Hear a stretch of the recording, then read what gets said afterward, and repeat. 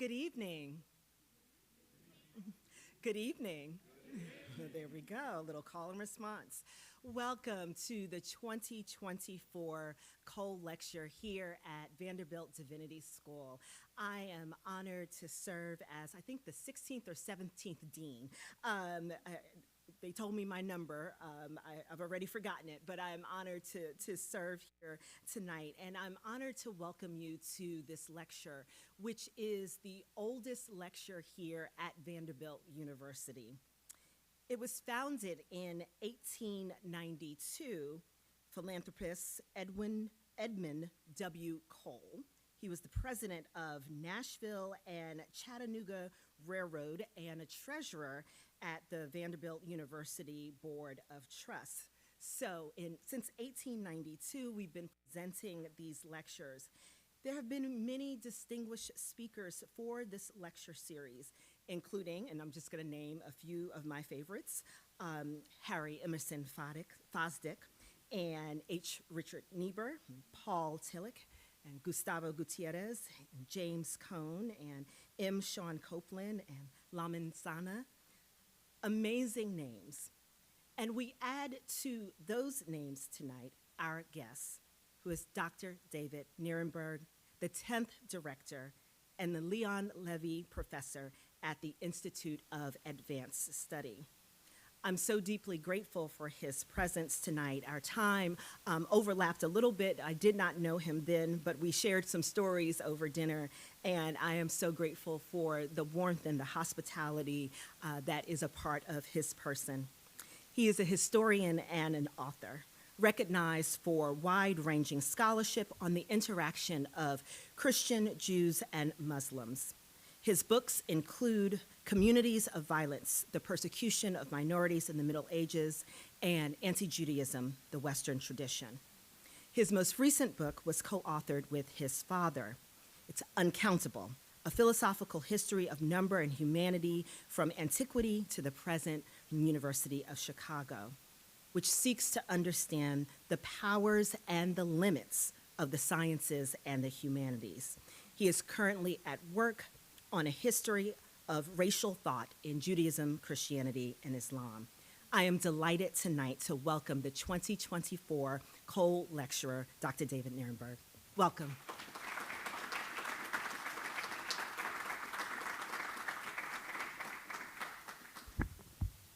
After an introduction like that, I don't think we want any more words.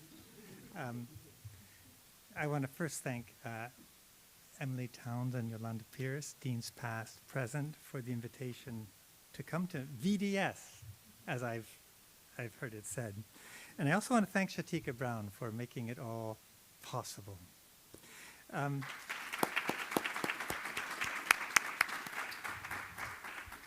So what historians discover in the past depends in part on how the present transforms their hopes and fears for the future. Past, present, future. That's going to be my theme throughout. Let me give you an example. A few days after October 7th, 2023, I was in a meeting of historians and theologians, to be fair, dedicated to the history of relations between Islam, Christianity, and Judaism. And many despaired in that meeting that historical research could have any effect in the world. We've all felt that, I'm sure. One scholar, famous for her studies on the interrelationship between Islam and Judaism, even wondered if she herself could still believe in the work to which she had dedicated her life. So theirs is a version of my question here. What, if anything, can the study of the history of these three faiths offer the present?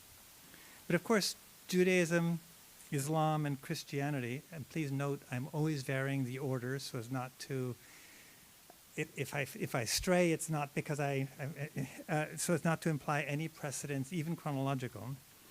They're not just past cultures, they're also living faiths, producing discourses about God, which is my definition of theology, discourses about God, that continue to inform and transform people's ideas, ideals, and forms of life.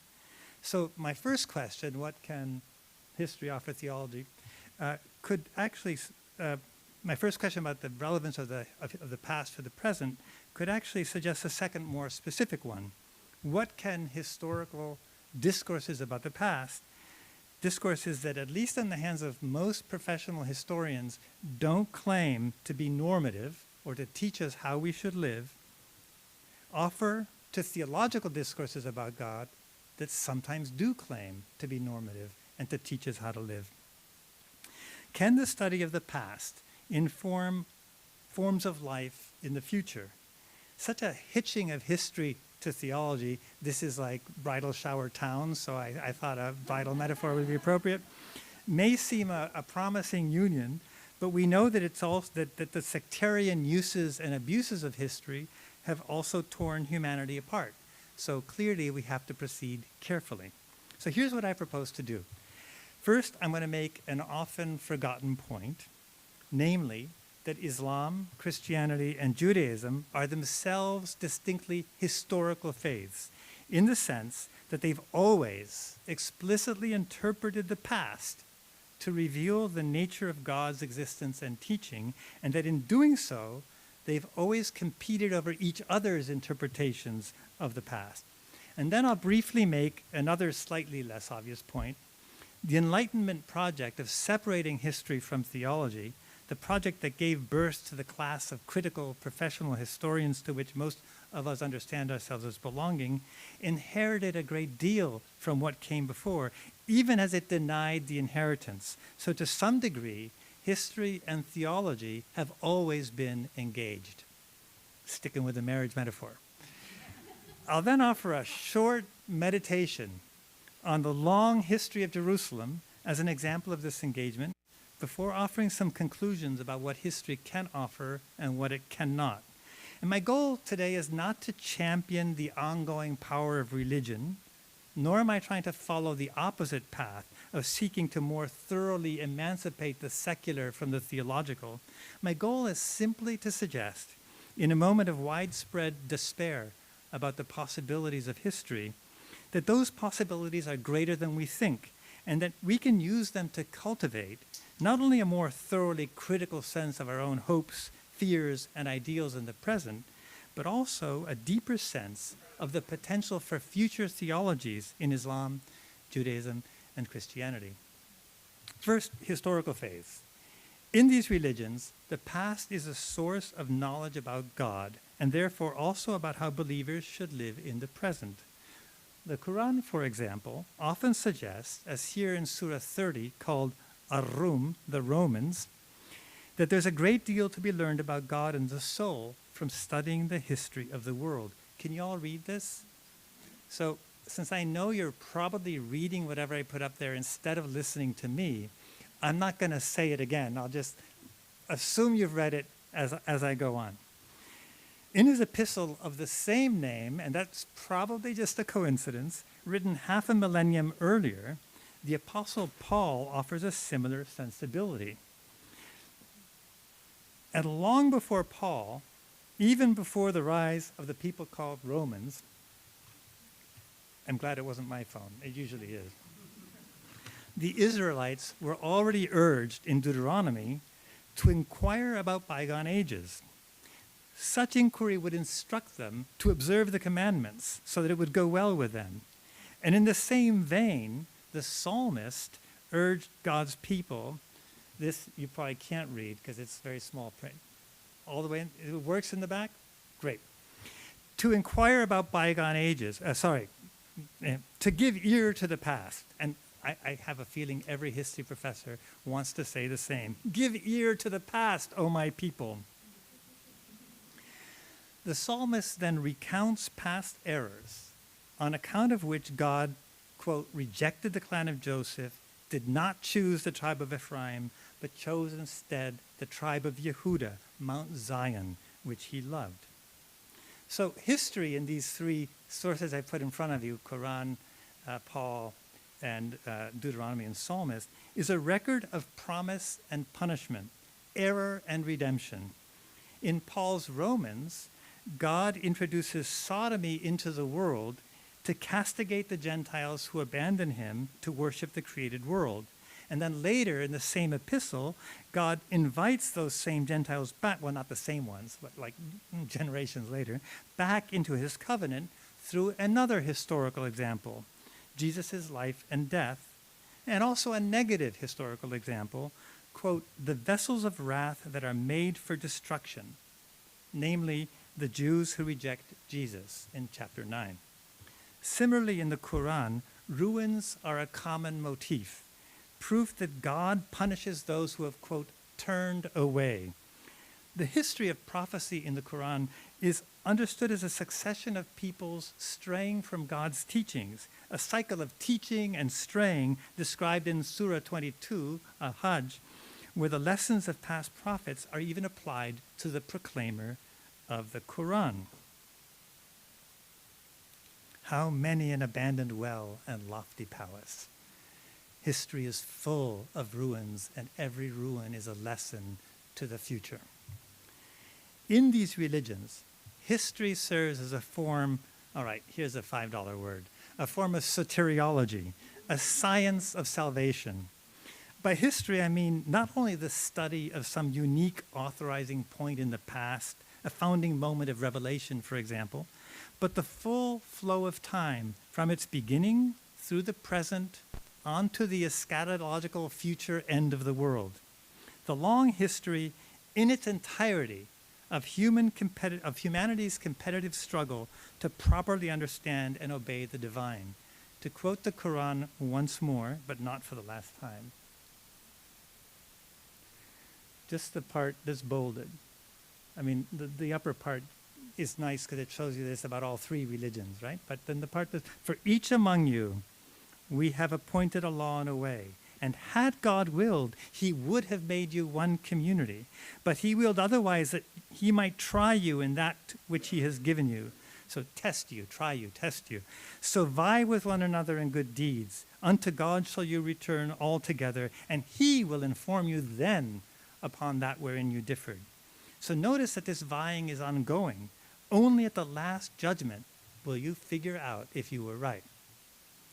This passage also reminds us that these three diverse traditions are conjointly historical.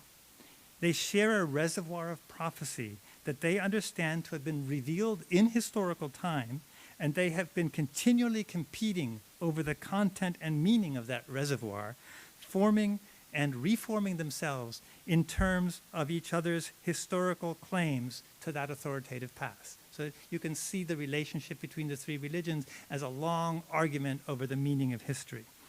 At every stage of their histories, these faith communities take shape by thinking about the others, even when there's no proximity or lived exchange between them. I can't amass here the countless historical examples necessary to prove what I just said, that at every moment in history, the three faiths are thinking about each other. So I'm simply going to invoke a teaching attributed to a very good authority, the Prophet Muhammad. It's an interesting saying, a hadith, a tradition. Jews were divided into 71 sects. One of them is in heaven, 70 of them are in hell. Christians are split into 72 sects. I don't know why I chose to read the one passage where the word sect is said over and over again. It's a hard word to say. 71 of them are in hell, the one is in heaven. My ummah will be divided into 73 sects. One will be in heaven, 72 will be in flames.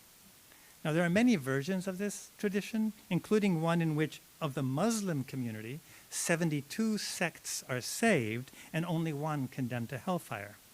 But like Surah 5, which I showed you earlier, God could have made you one, this tradition presents every moment in history as pregnant with sectarian competition, imagined as a competition between Jews, Christians, and Muslims. And although the right path won't be clear until the end of time, the past of these three traditions offers a guide to the future, as the prophet taught in a related tradition. And this, I think, is really quite amazing. He compared each of the misguided sects of his community with the misguided people of former times. Thus he said the Qadarites are the Magians of this community, the Mushabbiha, the Jews of the community, the Rafidites, its Christians. speaking in general terms, this is the reporter of the Hadith who said, speaking in general terms, he said, you will walk along the paths of former people in exactly the same way, so much so that if they entered the hole of a lizard, you will enter it too. So this tradition may sound radically deterministic, right? History repeats itself exactly the same way across the prophetic communities. There are also Quranic passages and prophetic teachings that attribute to the historical an equally radical contingency. I think, for example, of Surah 55, Ayah 29, verse 29. Every day he reveals himself in a fresh state, and the rich commentary tradition around that. I will return to that at the very end, because in contingency there is a kind of hope. But for now, my point is simple. Each of these historical faiths continually uses time and the historical in relation to the eternal, as Søren Kierkegaard said of Christianity. In each, to quote a previous Cole lecture, Paul Tillich, oh, I see it's cut off at the top. This is Paul Tillich. I have to earn my, my cred here. Theology must satisfy both, and again, he's speaking only of Christianity. Theology must satisfy both the eternality of the message and the subjective temporality of the historical moment in which, quote, the eternal truth must be received. The three constitute what the Islamicist Marshall Hodgson, and he's the only one of the people I've just mentioned who said this applies to all three religions rather than just to Christianity, called the charismatic life orientational traditions, those that call for ultimate commitment on the plane of the historical. You'll notice this is from an essay he wrote called The Historian as Theologian. He never published it. It's in the archives of the University of Chicago. You can actually get great ideas for new papers by reading things people wrote a long time ago and never published. By ultimate commitment, Hodgson meant that in these traditions, believers imagine their present choices in relation to a past understood as revelatory and exemplary. So the giving of the Torah on Mount Sinai, or the crucifixion of Jesus, or the Battle of the Ditch. From the point of view of believers standing in their own present, these commitments are ultimate in the sense that they have irreversible consequences in the ultimate future, the last judgment. Hence, in these faiths, past, present, and future are in dynamic relation, as when, to continue with Hodgson, in response to a revelatory moment, the environment, particularly historical society as it is and is about to be, is seen as radically other than it appears, and the individual is challenged to find fresh ways to respond to its reality.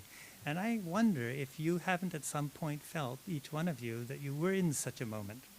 I don't mean to claim that we're all believers, that's not, but nevertheless, we are saturated by this kind of feeling.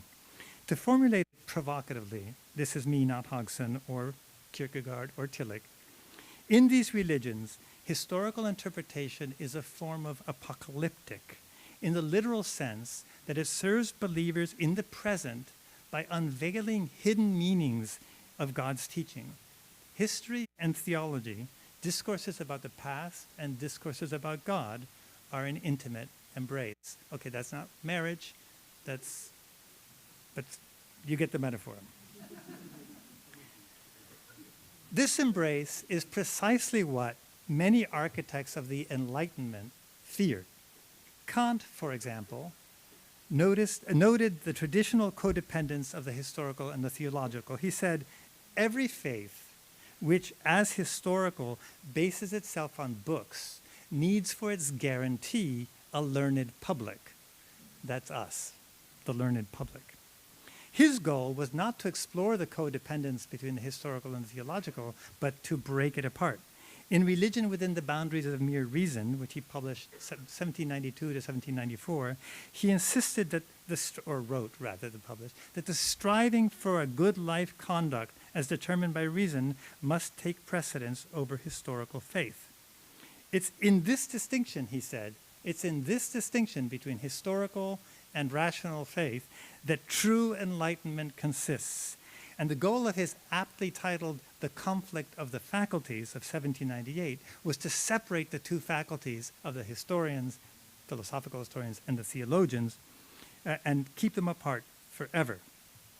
Historians, their responsibility, according to Kant, was to be philosophical and critical, and theologians was to expound the faith. Now, I'm not saying these distinctions aren't tremendously important. They are. But we should also notice that Kant achieved his separation not by overcoming the history of Christianity, but by reenacting it. Let me show you what I mean. He argued that the original Christian teaching had been one of pure reason, capable of overcoming all human difference, Christianity's true first purpose. Unfortunately, this new faith community was quickly contaminated. And the language is rather dense. I'll leave you to read it through, and I'll just point out the obvious. According to Kant, the historical and statutory part of the church's faith that was destroying the human race, was an importation of Judaism into Christianity, part of a misguided early Christian effort to make the new religion acceptable to the Jewish custodians of the old. Kant's solution to this, we could call it to this insufficient supersession, was historical faith must be purged from Christianity so that the true religion of reason could again emerge. So the point I want to stress here is not that we all need to understand Kant's quite dense philosophical and theological and historical reasoning. I just want to stress that Kant's Enlightenment ideal for critical history depends on stereotypes of Judaism, themselves created by and deployed by the Christian theological histories he claims to be overcoming. His supposed emancipation of history from theology is, in fact, we could call it a critical ideal produced from a theological one, with both the critical and the theological, in this case, the products of Christian imaginings of Judaism. And it's not a surprise that in a world largely conquered, converted, and shaped over centuries, in fact, over millennia, by Christian and Islamic prophetic histories articulated in relation to each other and to Israelite and Jewish ones, even the most secular and critical forms of historical thought can't escape entirely from the influence of their origins in the histories and theologies of Christianity. I got to make sure I got the order right. Judaism, Christianity, and Islam. Okay, if these interactions of the historical and the theological sound impossibly complex, it's because they are. And I'm going to attempt to summarize that complexity through one example we've already encountered, that of Jerusalem, which has served as one of the most convoluted of all the coils through which much of humanity has condensed divinity into history. I'm proud of that sentence, but I understand that it's incomprehensible when read aloud. I will offer a schematic of those convolutions with the goal of demonstrating just how intimately our ways of thinking about history have been and continue to be shaped by thinking about divinity. So at the time of the first temple, there were apparently Israelites who maintained that Jerusalem could never be defeated thanks to the presence of God's sanctuary there. This model of divine action in history, which goes something like this: divine intervention at a given time and place stops the flux and flow of history, rendering a polity or a state eternal, might be attractive, but it's not very flexible. And in fact, the Assyrian defeat and Israel exile from Jerusalem pushed the prophetic tradition in a different path. I offer you here Jeremiah. And you can see here from Jeremiah, this is one of the proof texts for why we think we know that some Israelites thought Jerusalem could never be defeated. Jeremiah says to them, don't place your faith in the temple. Here's the temple. We can't be defeated because here's the temple. No. Well, I won't read it. I have to keep my vow.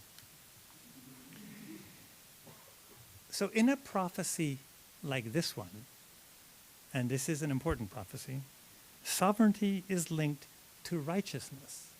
making Israel's moral standing before God visible in the political history of Jerusalem, meaning the state of Jerusalem tells you the moral state of Israel. If they have it, they're doing okay. And if they don't have it, it's because they're morally astray. This model of God's action in history has the advantage over the earlier one, temple, of delinking God's power from the power of his people. If Israel is conquered, that conquest shouldn't be attributed to the greater power of the conqueror's deities. The conquerors are merely instruments of punishment wielded by the God of Israel, who retains sovereignty over history and in due course commands the Persian monarch Cyrus the Great, who is even referred to as the Messiah in Hebrew texts, in the Hebrew Bible, to rebuild the temple in Jerusalem. 2 Chronicles, Ezra, Isaiah, etc. So the legibility of God's will in the political history of Jerusalem continued to animate sectarian arguments during the ensuing Second Temple period. After the temple is rebuilt, that's the Second Temple period, this same debate continues. And we can see that, for example, in the Dead Sea Scrolls. But why bring to you the Dead Sea Scrolls when the most influential example of that is, of course, and the most consequential, is the sectarian reinterpretation of Jesus' followers, who already in their earliest writings were putting Jerusalem to a new kind of work. So here's Paul's letter to the Galatians, where he splits Jerusalem in two, opposing a terrestrial Jerusalem in slavery to a free heavenly Jerusalem. Now, at the time of writing, so around 50 of the Common Era, so 50, 52, of course we don't really know, but this is the current best guess. Jerusalem was still ruled by Jews who did not follow Jesus' teaching. So Paul's interpretation here is presumably intended to emancipate the promise of salvation from sovereignty over the city. But the destruction of Jerusalem by Roman armies in 70 CE animated a different, I'm going to call it historico-prophetic approach. Professors have to coin new terms, and I have a whole bunch of them I took out of this because I didn't want to sound too jargony, but historico-prophetic I want to keep. Famously articulated in the guise of Jesus' prophecy in the Gospel of Matthew. Not one stone will be left here upon another. So conquered Jerusalem and its shattered temple now become the sign of a dramatically new model of history, not a cyclical one of transgression and punishment, repentance and restoration, but a sequential and irreversible transfer of God's favor. Early Christians continued to interpret the unfolding history of their community, of the Christian community, through the logic of divine chastisement and forgiveness. But they did so by assigning to the Jews a special historical meaning, that of a people irrevocably condemned until the end of history, a people whose ruins come up a lot in this talk, was visible in the remains of their temple. So early Christian reinterpretations of the past transformed future possibilities for thinking about the historical. Of course, Jews did, and they still do, continue developing interpretations, often now in response to Christian or Muslim ones, of the exile from Jerusalem as God's punishment of Israel's sin and of his ongoing invitation of Israel to righteousness and restoration in Jerusalem. In these Jewish historical theologies, repentance can still rebuild the ruins of history. But within Christianity, Jerusalem and the Jews were assigned a very different historical function. The destruction of their temple and their perpetual exile serves the future as testimony, like the ruins spoken of in the Quran, of the truth of the prophecies contained in the New Testament, in the Old Testament, and even more importantly, of the truth of the Christian reinterpretation of those prophecies in the New.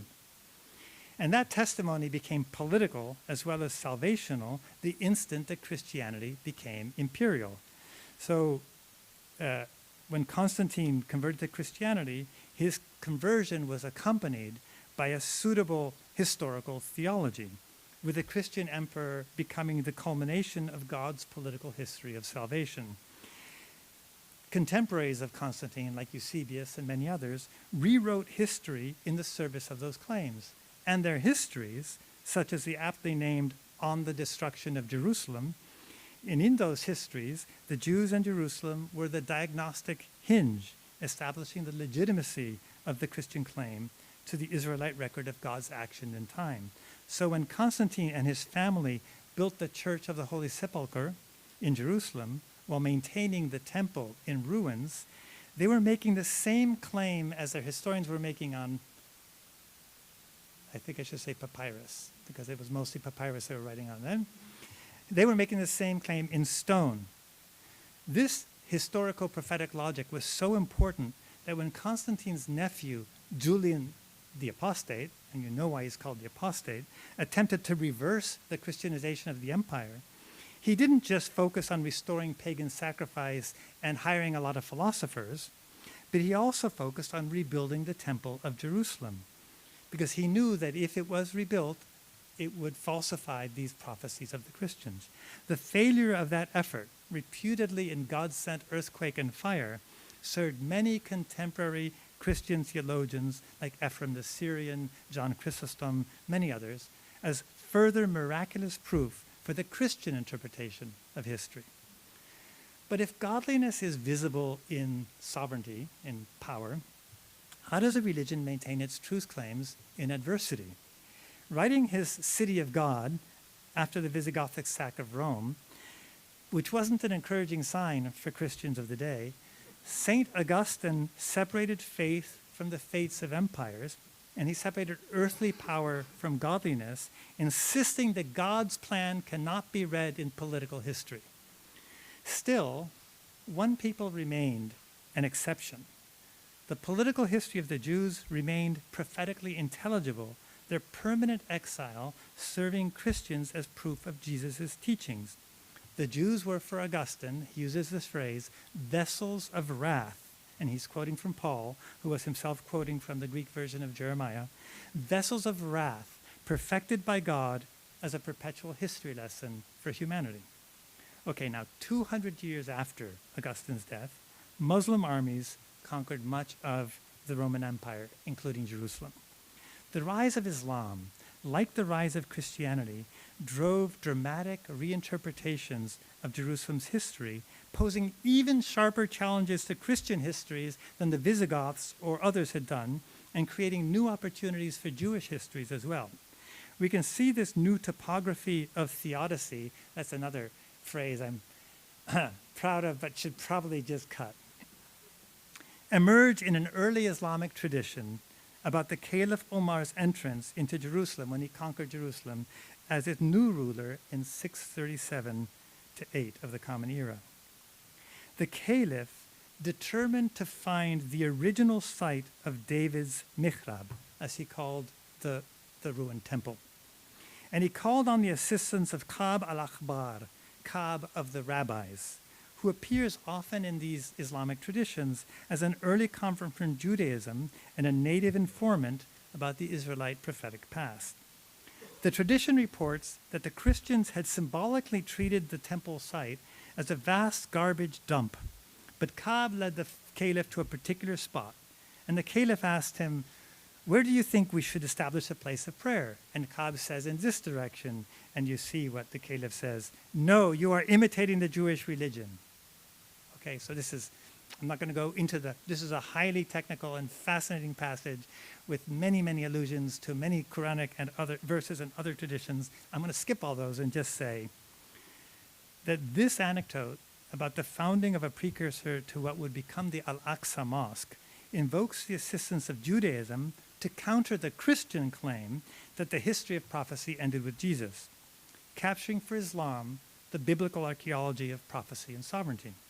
At the same time, it explicitly rejects any claim that Jews might have, here Ka'b, as special authorities or interpreters of that history within Islam. In fact, it characterizes Ka'b as a Judaizer and as a hypocrite, whose knowledge of the past is useful in overcoming the errors of the Christians, but who seeks, unsuccessfully here, to corrupt the new Islamic faith with the obsolete practices of Judaism. Remember Kant. This is not a new, well, this is, okay, this is before Kant, but I'm trying to, it's a common strategy. Though the endpoint of prophetic history here is Islam rather than Christianity, the Islamic tradition's strategy is similar to the earlier Christian one: appropriate the prophetic authority of Israelite and Jewish history while stigmatizing the Jews themselves as blind or misleading interpreters of that history.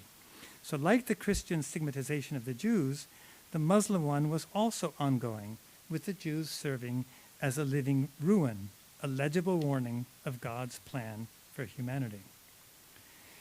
Of course, the rise of Islam did not end the co-production of history and theology in these three religious traditions. You don't have to read this ugly passage, but I put it up there so you would see that I don't invent the things I say. I base them on at least one source. Or diminish the meaningfulness of Jerusalem in that dynamic. On the contrary, as in physics, the three-body problem is much more complex than the two-body problem. And in that line, you see the only influence of the Institute for Advanced Studies physicists on this talk. We can glimpse some of that complexity in reaction to the projects of Caliph Umar and his Umayyad successors who built the mosques of Al-Aqsa and the Dome of the Rock upon the site of the Temple Mount. Some Jews, we have prophecies from the time, some Jews praised and celebrated these caliphs, seeing in their project the cyclical restoration of the temple they dearly desired. For these Jews, one might say that the Umayyads were what Cyrus had been for Isaiah, Ezekiel, and Ezra. For Christians, on the other hand, Islamic Jerusalem threatened the foundations of their claims about history. Some 30 years ago, I'm quoting the 7th century Christian Anastasius of Sinai, I was living in the holy city on the Mount of Olives at the time when the Capitolium was being excavated by a multitude of Egyptians. This is what he's telling. This is the story he's telling us. And in the middle of the night, I heard in the place that was being excavated something like the sound of many people toiling, clamoring, crying aloud, and throwing a mass of earth out through the walls. It was the work of demons who were rejoicing at and aiding in the excavation such as this. Demon archaeologists working on the Temple Mount for the Umayyad caliphs of Islam. Like Christians who preached about Julian the Apostate's construction efforts 3 centuries before, Anastasius tells his story as part of an ongoing struggle over the past in his own present. You can see, I deemed it necessary. How can the house of God be built in that place? Because Christ said, and then he quotes a verse from a minor prophet, Haggai, after the last, there is no other last glory. Nothing comes after the last. So Anastasius is attacking the Muslim claim, expressed by building a mosque on the Temple Mount, to have replaced Christianity as the arbiter of the meaning of prophetic history. He insists that no true relation to God can be established by building there. Nothing comes after the last. The allusion is to a text in the Hebrew Bible that compares the second temple to the first and speaks of the, quote, glory of this latter house, Aharon. Christians developed a supersessionist reading of this text, interpreting Aharon to mean not latter, but last, in order to exclude Judaism from the ongoing flow of history. Anastasius deploys that Christian reading to counter Islam's claims to the history of Jerusalem and to the prophetic tradition. So just as the Dome of the Rock cannot be a true house of God because the second temple was the last, Muhammad cannot be a true messenger. This effort to exclude Islam from prophetic history did not succeed. Today, the Dome of the Rock still stands, and it's meaningful to many millions, and no one, except perhaps David, remembers Anastasius. Even his proof text from Haggai would be appropriated by Muslims for their own polemics against Jews in medieval Spain, but that's a different story. More generally, the meaningfulness of Jerusalem as a political index of rival truth claims did not diminish. Witness the long history of struggle known in the West as the Crusades, or the shorter but similarly sharp struggle over the meaning of Jerusalem in the colonizations and decolonizations of the past 3 centuries in which we're still living. But I'll skip over all of that history in order to dwell briefly in the example of one modern thinker profoundly concerned with questions about the relationship between past, present, and future in the three religions, and that'll take me to my conclusion about what history can offer. This is probably the most difficult text I'm offering you, and I don't pretend to fully understand it. From Franz Rosenzweig, so 1886 to 1929, and his Stern der Erlösung, the Star of Redemption. Revelation is in the present. In a way, you might say that my entire talk is some kind of commentary on this passage. Except I don't understand what the eye is doing there, in the eye. There's some kind of subjectivist psychology that I'm a historian. But Rosenzweig's sense of the possibility of the thought within these historical religions is amply evident here. So is his desire to put those possibilities to constructive work. In the Star of Redemption, he claims that exiled Israel, without state, without power or politics, absorbed in liturgies and promises of redemption, can serve the world of his day, the world around World War I, as a meta-historical figure, orienting Christianity, Islam, and secular culture away from their absorption in the conceits of history and power and the political. In this sense, he thought the synagogue could be a guiding star, Stern, right? Not only for the church, but for all of humanity. So Rosenzweig's teaching resonates strongly today amongst critics of Zionism and advocates of a diasporic Jewish politics. But however sympathetic we may be, we should not imagine that these teachings are truer to Judaism than that of contemporaries with different views, such as Martin Buber or Chaim Weizmann, the first president of Israel, or Theodor Herzl, the famous Zionist, or more innocent of entanglements with Islam or Christianity.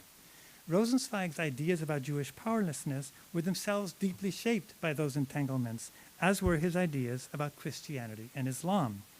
He drew, for example, on a long tradition, Christian and Western, that distanced Islam from the historical sensibilities of Judeo-Christian culture, of Judaism and Christianity, characterizing it as lacking the deep sense of relationship between history and revelation shared by the others. So Rosenzweig says of Islam that Islam has only revelation, not prophecy, so not the historical. Whereas for Hodgson, on the other hand, the guy I mentioned earlier, Islam was, quote, the most historical of the historical religions. So my point isn't that Rosenzweig or Kant or Hodgson or any other extraordinary thinker was dogmatic or uncritical. My point is that no one can plumb all the projections that the history of our ideas can generate. And nowhere are those projections more resistant to reflection than on the topic that interested Rosenzweig and is our topic today, namely the place and the meaningfulness of history and the historian within Judaism, Christianity, and Islam. The problem is not only that we are creatures of limited perspective. How am I doing here?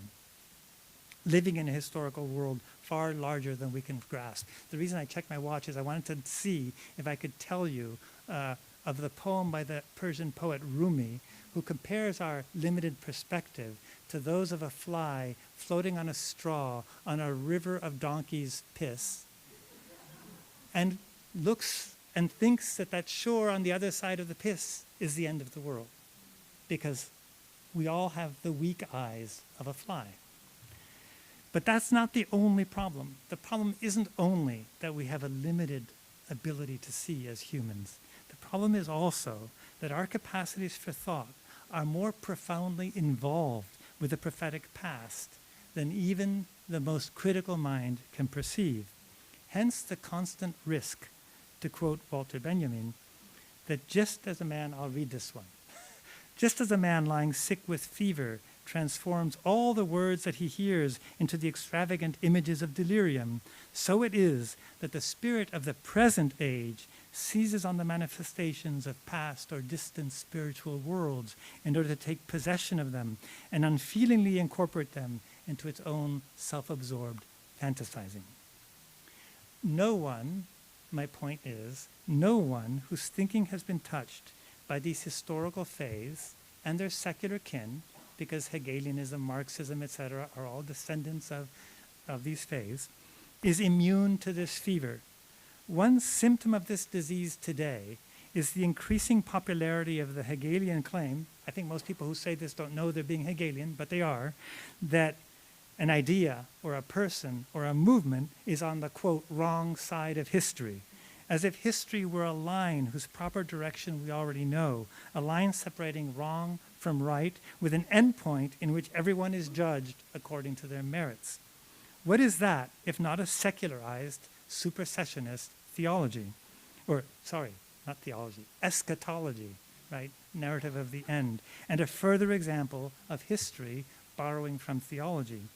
Entwined as they are with prophecy, even the most up-to-date historical methodologies, and I know not most of my historical colleagues won't agree with me, but I will insist, even the most up-to-date historical methodologies cannot entirely cure us of this disease.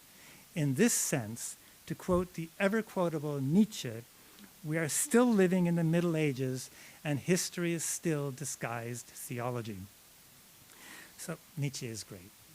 So here is, he meant something totally different from that than I do, but what I'm using it for. But half of historical rhetoric is ventriloquism, right? Find a source, put it on your knee, make it say what you want it to say. So here is one thing that the study of the past can offer. It can help us, whether as believers in these faiths or simply as inhabitants of a thought world shaped by them, to resist the fantasy of emancipation from history and become more critical of how that history prejudices our perception of the world. Prejudice, prejudgment is the etymology of that word. And our pursuit of our ideals today, even when we think that we are being most critical in our perceptions and our ideals. But history has more to offer, and specifically, it has more to offer theology. For as we've seen, one of the things that makes those historical religions is that in them, theology is nourished by new interpretations of the past. In them, reflection on the past can generate new possibilities, not only for criticism, but also for faith. Every moment of the past has the potential to be put to theological work within these three faith traditions, whether in the name of peace or love or conflict and violence or of any other ideal we may wish to explore and uphold. In these historical religions, constructive theology has always proceeded by interpreting the present through potentials it discovers in the past, and it can continue to do so today. But we have to remember that that vast archive of teachings and interpretations produced across time by these sectarian communities contains all kinds of potentials. Many violent ideals have been inspired by Jesus' parable. As for these enemies of mine who did not want me to be king over them, bring them here and slaughter them in my presence. Luke 19, verse 27. Ideals that have included anti-Jewish teachings and the Catholic canon law of crusade against Islam. These ideals are just as true to the Christian tradition and just as available for every future as those contained here. Indeed, even this seemingly ironic passage is itself deeply ambivalent. It has a competitive, it represents a competitive misrepresentation of Hebrew scripture, which stated simply, love your neighbor as yourself. And it too could be put to all kinds of uses. Again, it was put to the use of canon law of crusade, justifying crusade against Islam as an act of love. Hence, I speak of potentials. The past can authorize countless possible teachings within these religions, some of which may be realized in the future, and some of which never will. Now, the past of these historical religions, including their scriptural past, is in this sense an inexhaustible reservoir whose interpretation can sustain an endless variety of futures. As the 16th century rabbi Solomon Luria put it, it's a long quote. Basically, any opinion expressed by a learned scholar, even though it diverges from many others, all of these views are in the category of the words of the living God. And if you think that sounds crazy, let me offer you Ephraim the Syrian. Again, David, this is for you. God has fashioned his word with many beautiful forms, so that each one who studies it may consider what he likes. He has hidden in his word all kinds of treasures, so that each one of us, wherever we meditate, may be enriched by it. Typo there. Or in the words of Ibn Arabi, commenting on the Quranic verse I mentioned earlier, verse 55:29, every day he reveals himself in a fresh state. Ibn Arabi is below. He, exalted be he, does not manifest himself in a single way to multiple people, or indeed in a single way to the same person twice. So there's a role for the historian in a world shaped by historical religions. That role is not the common one of wiping away or forgetting a version of the past, nor the one proposed by many liberal and historicizing theologians of identifying an attractive instance in that past and declaring it normative. What history offers us today is what history has always offered theology in these historical phases. It offers us hope and humility. The hope that just as in these phases, possibilities of life and thought have been repeatedly transformed by reinterpretations of the past, they still can be. And that's the rich condition of possibility for collaboration between historians and theologians. And the humility, no matter how good our intentions, we cannot plumb the myriad meanings and potentials of that past. To paraphrase Karl Marx, and I'm going to give him the last word, we humans may make our own history, but we do not make it as we will. So even as our hopes and fears may lead us to cultivate our knowledge of the past in order to put it in the service of present and future humanity, and we should all do that, let us also cultivate an appropriate epistemic humility about the kinds of truths we are capable of discovering in that past, lest we find ourselves contributing to futures just as dreadful as those we feared. Thank you.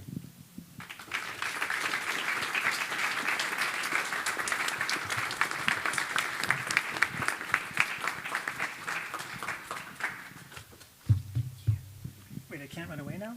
Not yet. Would you be willing to take a question or two?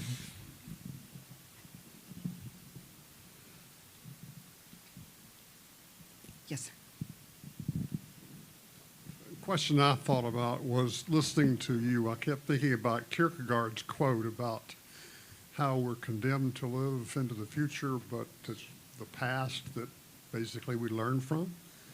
And so everybody here, whoever we are in a position of interpreting our own history as we move into a future. And I'm wondering what, in your discussions, how you would parse a way to figure that. How do you discern for yourself that you're not looking at your past in a self-serving way? Right. Because I think that's what Kierkegaard was trying to get at to some extent. Yeah, I think that's the hardest possible question that could be posed. Thank you very much. I'll go on now. I mean, if you take the analogy of psychology or psychoanalysis, right? How can you be sure that the way you're interpreting the world isn't a projection of your own psyche that is leading you astray and making you live a life much less happy and fulfilled than if you could become aware of some of those projections? It's the same question, and it's so hard to do with ourselves as individuals. How hard is it to do as historians? I think here I'm going to give a kind of I hope that this answer doesn't sound banal. I think methodology matters. So when we say, what can history offer us, we can mean so many different things. We can often mean, history doesn't offer very much resistance to our narcissism. That's why Walter Benjamin said, our self-absorbed fantasizing. What can create resistance between the vast reservoir of the past and our yearning for the past to be the way we want it? What can create that resistance is methodology, is the languages, the sources, the archives, trying to figure out what it could have meant. So that's how we can place brakes on our arbitrary imposition of desire on the past. But I recognize that that's actually the same approach that has led both to the separation of professional history from theology and to the kind of truth claims historians are fond of making when they do start to fantasize, right? My methodology makes me a better interpreter than you. So I think it's a very difficult question. History in many faith traditions has been a resource. I think of the French ressourcement movement in the Catholic Church. And it's been a resource in part because of the kinds of expertise that emerged, the kind of methodologies that people could say, this offers us a new kind of purchase on history. And as a historian, I have to claim that matters somehow, right? That my interpretations of, say, a medieval text are better founded than those of someone who doesn't know the languages, hasn't looked at the manuscripts, etc. But that doesn't mean that methodology has reduced the potential for discovery or increased it, and that someone like Martin Luther, who talk about rewriting the history of faith through historical hermeneutics, without the methodologies that we would consider critical, wasn't vastly more productive in his exploring of the reservoir than any professional historian might be. So it's not an answer. I'm trying to find, you can hear me thinking aloud, I'm trying to find a space for the truth claims of my discipline that doesn't make them imperial truth claims, makes them helpful to other disciplines, but still holds on to something special about them.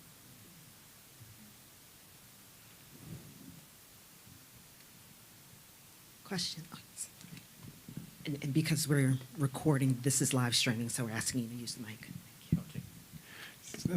Thanks so much. And I recognize some of the examples from your anti-Judaism, and I'm fascinated to see it being given a positive spin, which is where my question is, because it's a defense of our shared discipline, which you say is tied back to theology. And the examples you give, I mean, they're fascinating. They're narrowings, right? They're stories that are narrowings of interpretations. They're stabilizations, restabilizations. And the multiplicity of stories of stabilizations leads you to an optimistic outlook that it shows possibility. So because there's so many stabilizations, it's possibility. So that is itself a story, I suppose.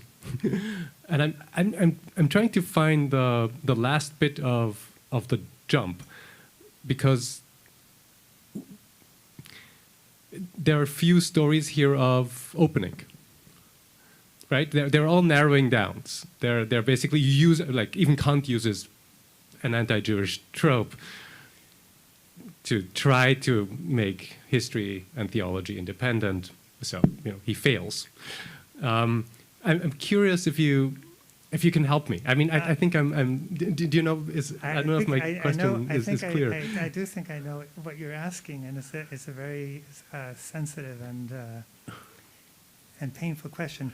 But I think I would just insist on that everything you're pointing to as a narrowing is also an opening. And Kant is a great example. So it's very difficult. In anti-Judaism, I was trying to show how all of our critical ideals, all of them, I mean, it was a one-theme book, right? Have drawn on and therefore have the potential to reproduce, as Marx would put it, out of their own intestines, anti-Judaism. But you can't say Kant was a narrowing. It was also a tremendous opening. The Enlightenment isn't a narrowing. It's a tremendous opening. And my point is that there is no such thing as an unambivalent interpretation. There's a simultaneous narrowing but there's also a wide opening. And that's true of every point of inflection I tried to offer you. Even Jeremiah, I tried to say, look, a whole new model of history opens. Christianity, a whole new model of history opens. Yes, it functions by trying to close a different one, a much more minor one. Because if you think about the effect of Christianity as an opening to the world, in terms of people and numbers, it's a vast opening. Islam, the same thing. And Martin Luther, you could go on, and you could go on and show how always, in anti-Judaism, I use the example of Luther too, what we have this simultaneous, I don't want to call it a dialectic, it's not a dialectic, but it is a profound ambivalence to every interpretive act we can do with this vast reservoir. That's why I try to say the fantasy that my interpretation, my interpretive act, is going to solve all the, like Kant put it, I'm going to cure everything that's been tearing humanity apart by this new interpretation. Well, I think Enlightenment produced its own horrors, right? Look at the French Revolution, or we can certainly point, or Theodor Adorno and Max Horkheimer's Dialectics of Enlightenment, right? We can certainly point to the horrors produced by Enlightenment. Ambivalence is what I'm really trying to stress. But I still see the hope, one shouldn't choose between hope and despair. If one is actually open to the world, one has to be aware of the fact that both are there simultaneously.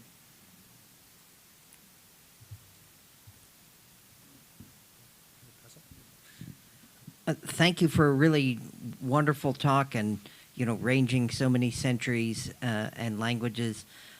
I wonder, and maybe you haven't gone in this direction, but have you thought about Lessing's ditch? Oh, yes. In relation to this? I would love to hear you bring that in, and if I might even dare, like what you're saying here about narrowing and widening. It seems to me that you're saying Lessing's ditch turns out not to be some uncrossable cavern, but actually a mud puddle or something. And while that could be a bad thing, it could also mean actually there was just a broader landscape than Lessing could see. Lessing couldn't see beyond his ditch or something. So I'm curious to hear what you would say about that. Well, Lessing's ditch is the story. Lessing says that the one ditch he couldn't cross to belief, the wide ditch he couldn't leap across to actually believe, was the historical aspect of Christ. Why? What does it mean to believe in some historical claim about the past? It was a starting off point for me, and of course he belongs in the Kant camp. I don't have a fully worked out or a profound answer. I would say that I'm still trying to figure out what, and we all are, we're all living in the legacy of what the consequences of historicism are. The quote I gave you from Nietzsche, we're still living in the Middle Ages, what he meant was, when he wrote The Uses and Abuses of History for Life, and where that comes from, he meant everyone follows scientific historians just as in the old days people used to follow priests. So this, right? Now, no one today follows scientific historians, right? But they were trying to work out the consequences of historicism. The reason I invoked Hegel, and you're on the wrong side of history, is because that too is this idea of a certain form of progress, of the unfolding of the human spirit across time, and of its inevitable linearity, and that the yearning of the recurring of the past, he called it a form of necrophilia. So all of Judaism for Hegel is a form of necrophilia. That these models, so what does that historicism, what has it done for us? How has it affected theology? How has it affected the capacity of humans to relate to each other or to relate to any notion of the divine? Those are questions where everyone is working out, even if they don't know they're working them out. So I don't think that vast unleapable ditch was the end of any story. And in fact, even Rosenzweig says in the Schende der Lösung, He says it's not science that killed miracle, it's historicism that killed miracle, right? I never know quite what Rosenzweig means when he speaks in these deep sayings, these apothegmata, right? But I think there's a real truth there. So I'm just trying to talk around your profound question, because your question, unlike Lessing's ditch, is really hard for me to leap across. Thank you so much for being here with us tonight. Thank you. Thank you. We are so grateful for your scholarship, your command of so many different disciplines and languages, but you're also the powerful reminder of both hope and humility. So thank you so much for that ending. We invite you to meet our guests and meet and greet. There's a reception outside. Please join us, and thank you so much for being with VDS tonight. Good night.